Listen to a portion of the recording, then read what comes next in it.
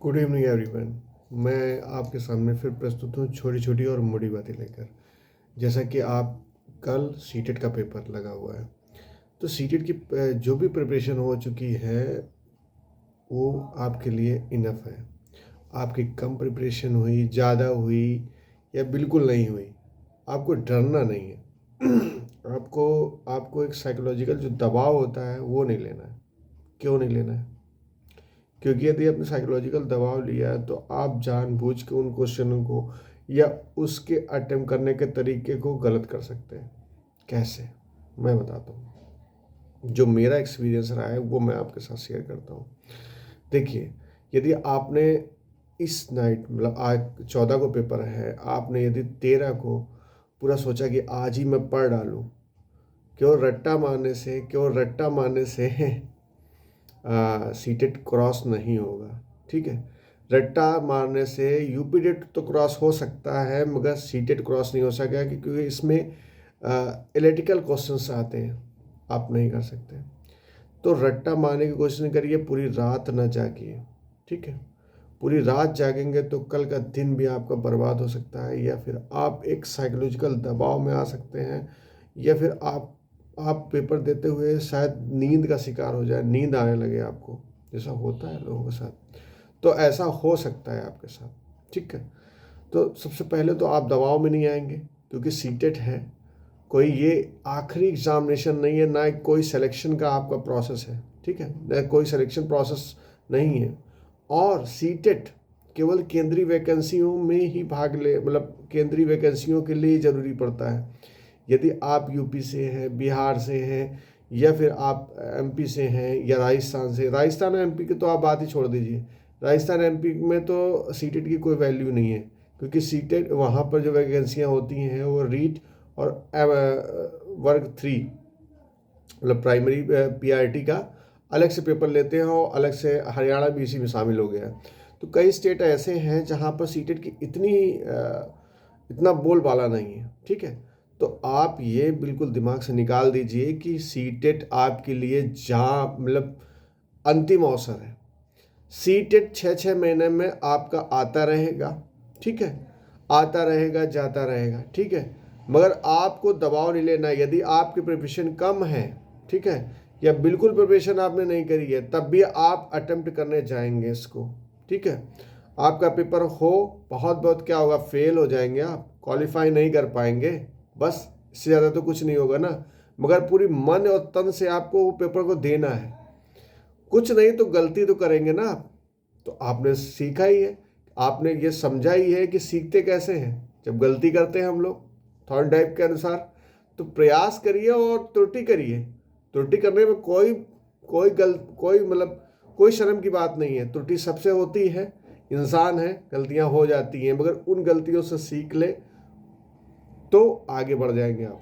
तो गलतियां करिए, मगर अटेम्प्ट करने के प्रयास करने के बाद अटेम्प्ट करें, गलतियां करिए तो अच्छा रहेगा। 6-6 महीने में आएगी यूपी टेट। यदि यूपी से है आप, या आप एमपी से हैं, तो एमपी में तो वर्ग 3 अभी पेपर हो चुका है। ठीक है, जिसमें आपने भी क्वालिफाई किया, मैंने भी आपके साथ बैठ के क्वालिफाई किया। रीट का पेपर आने वाला है, रीट का जो पेपर आ चुका है उसको मैंने 2 बार क्वालिफाई किया है। ठीक है, जो मैं आपको अभी नेक्स्ट वीडियो बनाऊंगा तो उसमें आपको मैं मार्कशीट भी अपनी दिखाऊंगा कि मैंने दोनों लेवल पे क्वालिफाई है मेरा। ठीक है, बहुत अच्छे नंबर नहीं है, मगर मैंने सब में क्वालिफाई कर रखा है जनरल की कट ऑफ पे। ठीक है, तो रीट का भी है, तो रीट भी कैसे क्वालिफाई करेंगे, कैसे हम इसको क्रैक करेंगे, और उसके आगे की कहानी क्या है, क्योंकि मैं सिलेक्शन प्रोसेस तक मैं आपको बताऊंगा कि उसमें सिलेक्शन प्रोसेस क्या होता है, कहाँ से क्या रिजर्वेशन प्रोसेस होता है, क्या सब होता है, वो सब पूरा मैं रीट के लिए एक सेपरेट वीडियो बनाऊंगा। तो कल सीटेट है, तो सीटेट से संबंधित कुछ बातें कर ली जाए। सीटेट 6-6 महीने में आता है, तो इसलिए वैसे डरने की जरूरत नहीं है। सीटेट यदि आप पास नहीं होंगे, यदि नहीं भी होते हैं, तो आपको नेक्स्ट आगे भी मौके मिलेंगे। जैसे यूपी से हो आप, बिहार से बी टेट हो, मतलब बी टेट होता है बिहार में, तो बिहार टेट या स्टेट टेट भी आपको देने को मिलेगा, जिससे उस स्टेट की वैकेंसियों में आप एलिजिबल हो जाएंगे। सीटेट को अंतिम अवसर मान के मत चलिए। सीटेट एक अवसर है जिसको एक आप जीवन का एक पल मान के चलिए और इसमें आप क्वालिफाई करिए, बहुत ही अच्छी बात है। अब देखिए सीटेट 2 लेवल पे कंडक्ट कराया जाता है, फर्स्ट लेवल, प्राइमरी लेवल और एलिमेंट्री लेवल। तो फर्स्ट लेवल और एलिमेंट्री लेवल पे 3 सेक्शंस के, जैसे मैंने ये प्रीवियस वीडियो बना रखे हैं, 3 सेक्शंस कॉमन होते हैं, ठीक है। हिंदी इंग्लिश मतलब 2 लैंग्वेज और सीडीपी हिंदी लैंग्वेज में मैंने बता रखा था, आपको सलाह भी दी थी कि इन तीनों भाषाओं में आपकी तीनों सेक्शंस पे आपकी जबरदस्त पकड़ होना चाहिए, क्योंकि 90 नंबर तो इन्हीं से आ जाएंगे आपके। तो यदि 90 नंबर इससे आ गए तो फिर 2 सेक्शंस को आप यदि पूरा एक साथ आप बगैर पढ़े भी टिक मार देते हैं तो 100+ की गारंटी मेरी है, ठीक है। यदि, मगर ये नहीं मतलब है कि आपको पढ़ना नहीं है, मगर 3 सब्जेक्ट्स को आपको बिल्कुल खोट के बिल्कुल पी जाना है, बिल्कुल आप समझ लीजिए। 3 सब्जेक्ट्स को आप पकड़ के चलेंगे तो आप किसी भी पेपर में, किसी भी टेट पेपर में, मैंने अभी तक जितने भी टेट पेपर दिए, आप यूपी टेट ले लीजिए, मैंने यूपी टेट 2 बार 3 बार क्रॉस किया, सी टेट क्रॉस किया, एमपी टेट क्रॉस किया, रीट क्रॉस किया, मैंने बहुत सारे पेपर्स दिए हैं जिसमें मेरी रीड की हड्डी यही रहा है 3 सब्जेक्ट्स। जो मैं अपने सक्सेस की पॉइंट बताता हूँ कि इसमें ये मेरे यही की पॉइंट्स रहे हैं कि इसमें 3 सब्जेक्ट्स में आपको बेहतर कमांड रखनी पड़ेगी। सीडीपी सब रीड की हड्डी होती है, ठीक है। 2 लैंग्वेज हमेशा पूछी जाती हैं, चाहे जो टेट हो, ठीक है। हिंदी इंग्लिश, खासकर हिंदी इंग्लिश ले लीजिए तो ज़्यादा अच्छा रहता है, क्योंकि इंग्लिश आगे भी आपको काम आती है, जैसा आपका सूटेबल लगता हो। मैं ये नहीं कहता कि हिंदी लो या इंग्लिश लो, या मतलब जो भी आपको अच्छा लगे वो लैंग्वेज ले लीजिए। बहुत लोग संस्कृत लेते हैं क्योंकि हिंदी से मिलती जुलती होती है, मगर कभी कभी संस्कृत में प्रॉब्लम्स भी आ जाती है। मैंने आज तक संस्कृत नहीं ली, मेरा हिंदी और इंग्लिश ही कॉम्बिनेशन रहा है। तो अब सीटेट का जो फर्स्ट पेपर है उसमें कुछ बातें बताता हूँ। जो गलतियाँ करते हैं लोग क्या, मैंने भी गलतियाँ करी हैं, उससे मैं चाहता हूँ कि आप वो गलतियाँ दोहराएं मत, जिससे आपका वो वर्ष या वो सेशन या वो अटेम्प्ट आपका बेकार ना जाए, ठीक है। देखिए पहली जो अब कल पेपर है, तो आप एडमिट कार्ड, ठीक है, एडमिट कार्ड आप निकाल लीजिए। डिक्लेरेशन यदि आपके उसमें दे रखा है एडमिट कार्ड में, तो सेल्फ डिक्लेरेशन भी निकाल लीजिए। कोई एक पेज में कुछ आपका घटा बढ़ा नहीं जाता है। यदि दे रखा है तो ठीक है, नहीं दे रखा है तो प्रॉपरली आप निकाल लीजिए, फिल कर लीजिए। प्लस आईडी प्रूफ जो आपने उसमें फॉर्म फिलिंग के समय डाली हो वो आईडी, प्लस एक एडिशनल आईडी भी लेके जाइए। मेरे हिसाब से मेरे हिसाब से आप जो बता रहा हूँ, मैं अपने एक्सपीरियंस के हिसाब से बता रहा हूँ, किसी आईडी में आपके नाम या किसी इंफॉर्मेशन में आपका डेट ऑफ बर्थ या नाम या फादर्स नेम, इनमें से यदि मिसमैच करता है आपको, तो वो दूसरा आईडी प्रूफ आपके सपोर्टिंग डॉक्यूमेंट्स के हिसाब से आपको काम करेगा और आप उस परीक्षा से वंचित नहीं हो पाएंगे। तो एक की जगह 2 डॉक्यूमेंट लीजिए और आईडी प्रूफ के तौर पे आप ले जाइए, ठीक है। तो ये मेरी सलाह है, छोटी छोटी हैं मगर बहुत मोटी बातें हैं।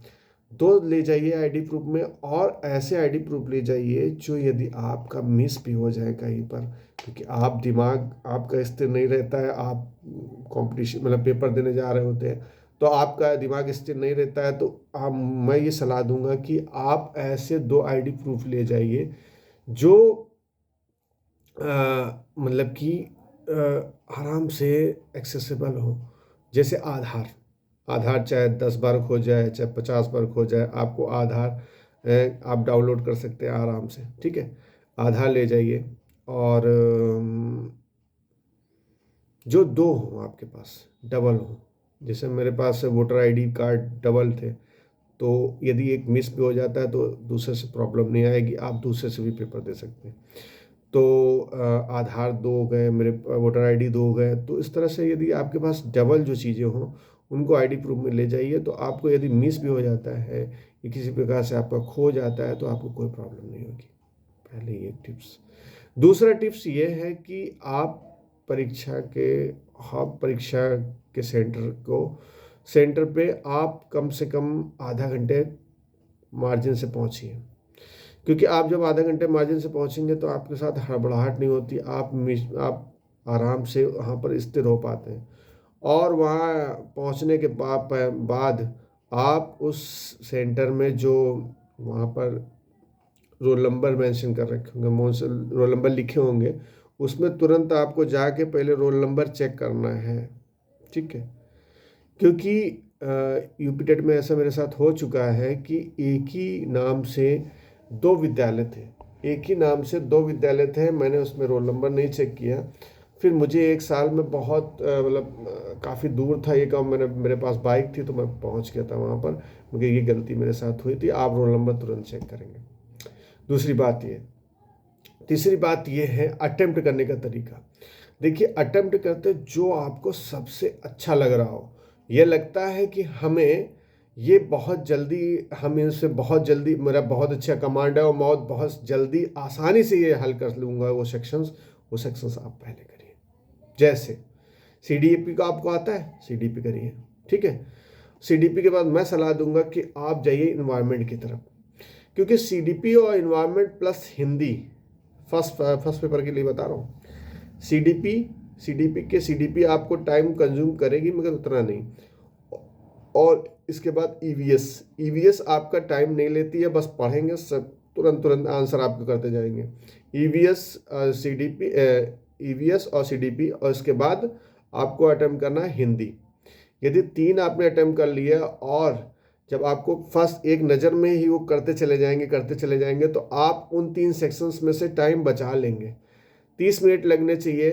आप यदि 30 मिनट, आप 25 मिनट भी लगा रहे हो, आप 30 मिनट लगा रहे हो, 25 मिनट लगा रहे हो, उसमें मैं कह रहा हूँ और कम हो जाएगा। यदि आप देखते क्वेश्चंस के आंसर दे रहे हैं तो उन सेक्शनों से समय जो बच जाएगा वो आपको इंग्लिश और सबसे जो मुझे लगता था इंग्लिश और मैथ, ठीक है। जो इंग्लिश में जो स्टेंजा होते थे, जो पैसेज होते थे इंग्लिश और हिंदी, उनमें क्योंकि आपको अर्थ समझना पड़ता है, खासकर जो पोइट्री आती है, ठीक है, पोएम से जो निकालना पड़ता है ना, और चाहे पोएम हो चाहे पैसेज हो, दोनों से यदि अर्थ निकालना पड़ता है तो इंग्लिश में थोड़ा सा टाइम कंज्यूमिंग होता है, इंग्लिश प्लस तुम्हारा मैथ में, ठीक है। तो मैं ये सलाह दूंगा कि जो आपको सबसे अच्छे सेक्शंस आ रहे हैं उनको सबसे पहले करिए, जो उनसे टाइम बच जाएगा वो अपने वीक जब आपको सेक्शन 3 निपट जाएंगे या 4 निपट जाएंगे तो सबसे बाद में आपको वीक सेक्शन करना है। जो आपको लगता है कि मेरी तैयारी इसमें नहीं हो पाई है वो आपको सबसे बाद में करना है, ठीक है। सबसे बाद में करने पे आपको ये आपको समझ में आ जाएगा कि इससे ये आपको साइकोलॉजिकल दबाव खत्म हो जाता है आपके दिमाग से, क्योंकि आप समझते हैं जो आपको लगता है कि मेरे 130 120 या जो भी आपके 3 सेक्शन हो गए तो 90 नंबर मेरे क्लियर हो गए। अब मेरे 90 नंबर क्वालिफाई हो गया है, अब मुझे आगे के लिए कितना करना है, ठीक है। तो आप साइकोलॉजिकल दबाव खत्म भी हो जाता है। इस वजह से मैं कहूँगा 3 सेक्शंस को आप बहुत ही तेज़ी के साथ करिए। उनसे जो आपको बच जाता है समय, उनको अपने अपने वीक पॉइंट्स पे लगाइए, ठीक है। जो आपको लग रहा है कि ये प्रिपरेशन मेरी नहीं हो पाई या बहुत कम हो पाई या ये मुझे कठिन लग रहा है या होता ही नहीं, और तो इस तरह करिए। तीसरा टिप्स ये है कि यदि कोई भी क्वेश्चंस आपको बिल्कुल नहीं आ रहे हैं, ठीक है, तो उनको छोड़ के नहीं आना है। कुछ क्वेश्चंस होंगे तो दो में डाउट होगा, 2 ऑप्शंस में डाउट होगा कि शायद ये होगा या शायद ये होगा, ठीक। कोई भी ऑप्शन को आपको छोड़ के नहीं आना है, कोई भी क्वेश्चंस को आपको छोड़ के नहीं आना है, ठीक है। कोई ना कोई अटेम्प्ट करना है। पहले तो वो क्वेश्चंस अटेम्प्ट करने हैं जो एक नज़र में हो जाता है। एक नज़र में किया तो एक नज़र में होते चले गए, ठीक है। फिर दो कन्फ्यूजन वाले, दो कन्फ्यूजन में, 2 में कन्फ्यूजन होगा, वो आपको करने हैं। फिर लास्ट में वो बचा जो बिल्कुल आते ही नहीं है, हमने कभी उसको पढ़ा ही नहीं है, ठीक है, तो उसमें वो ऑप्शन करने हैं जो मैक्सिमम जिस ऑप्शन पे जा रहा है। आप OMR देखेंगे, उस OMR में जिस सेक्शन पे आप जैसे ए सबसे ज़्यादा है या बी उससे ज़्यादा है, तो जो कम, जिसमें OMR में जो कम गोले भरे गए हैं, ठीक है, जैसे डी सबसे कम है तो आप डी में ही उसको मार्क करेंगे। मेरा बात मतलब समझ रहे हैं, जिसमें ज़्यादा प्रोबेबिलिटी होती है सही होने की, ठीक है। ये तुक्का मारने की एक ट्रिक है। आप जिसमें सबसे ज़्यादा अटेम्प्ट किया है उसको छोड़ के जिसमें सबसे कम अटेम्प्ट हुए हैं, चौथा सेक्शन यदि या तीसरा सेक्शन सबसे कम आपका अटेम्प्ट हुआ है, उसी में आपको गोले काले करने हैं, ठीक है। तो इसमें क्या होता है, आपको नंबर बढ़ने की या सही होने क्वेश्चंस की बहुत ज़्यादा प्रोबेबिलिटी हो जाती है। ठीक है, तीसरी बात ये हो गई। चौथी बात ये होती है कि आप लैंग्वेज सिलेक्शन में बहुत ध्यान देंगे। यदि आपने हिंदी और इंग्लिश चॉइस की है, ठीक है, तो हिंदी का फर्स्ट भाषा, उसमें साफ साफ ऊपर लिखा होता है कि यदि प्रथम भाषा के रूप में आपने हिंदी का चुनाव किया है तो भाषा प्रथम का हिंदी के 2 सेक्शंस होंगे। हिंदी के 2 सेक्शन में से पहली सेक्शन आपको करना है हिंदी फर्स्ट करनी है।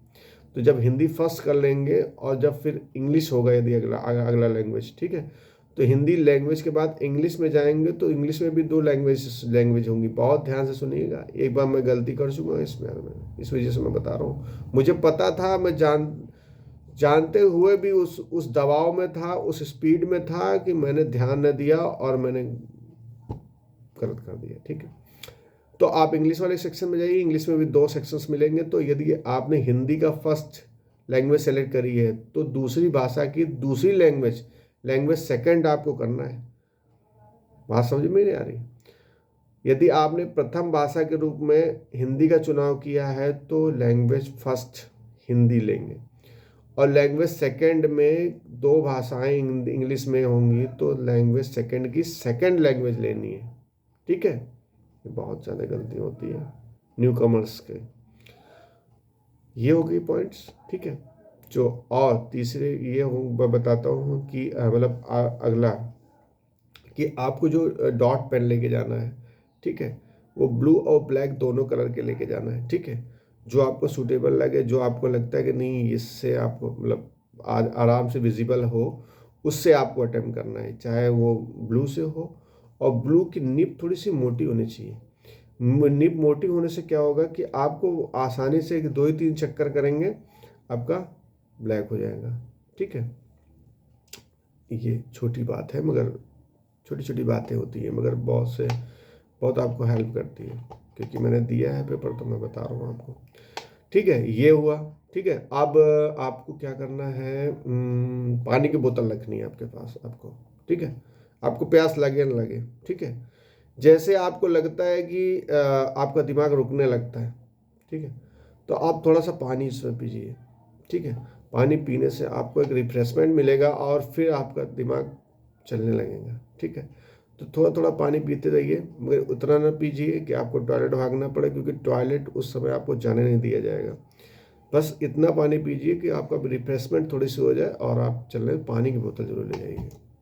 ये भी पॉइंट है। और ब्लैक और ब्लू पेन हो गया। और इसको काला करने का जो तरीका होता है ना, बाहर से अंदर की तरफ होना चाहिए, अंदर से बाहर की तरफ नहीं होना चाहिए, क्योंकि आप काला करते करते करते करते स्पीड में आप बाहर की तरफ चले जाते हो। तो बाहर से अंदर की तरफ आना चाहिए। ठीक है, बाहर से गोले की सर्कम्फरेंस से आपको बीच में सेंटर की तरफ आना है। ठीक है, परिधि से केंद्र की तरफ आना है, उस गोले की जो हमारे सीट में गोले होंगे उससे परिधि से केंद्र की तरफ आना है। ठीक है, ये पॉइंट हो गया। ठीक है, और सीटेट में डरने की ज़रूरत नहीं है। ठीक है, सीटेट एक गया दूसरा भी आ जाएगा, दूसरा गया तीसरा आ जाएगा, 6-6 महीने में आते रहते हैं। परेशान होने की ज़रूरत नहीं है। और आज की मैं बताता हूँ, आज आपको प्रॉपर नींद लेनी है। यदि आपने प्रॉपर नींद नहीं ली और आज ही आपने पूरी पढ़ाई करने का ठान ली, तो अगले दिन भी कुछ ना कुछ दुर्घटनाएं होने की संभावनाएं बढ़ जाती हैं। ठीक है, और रही सेकंड पेपर की बात, सेकंड पेपर में 3 जो सेक्शंस थे वो कॉमन होते हैं, सीडीपी, हिंदी और इंग्लिश, मतलब 2 लैंग्वेजेस और सीडीपी। अब रही थर्ड, जो 60 नंबर का आता है, थर्ड 60 नंबर का जो आता है, 60 नंबर में क्या होता है कि आपके जो भी आपने आर्ट चुना है तो आर्ट, और साइंस चुना है तो साइंस के 60 क्वेश्चन आते हैं। तो 30 क्वेश्चन यदि आपने 3 में आपकी कमांड कर लिया, आपने 3 में कमांड कर ली, तो 90 नंबर आपको मिल गए।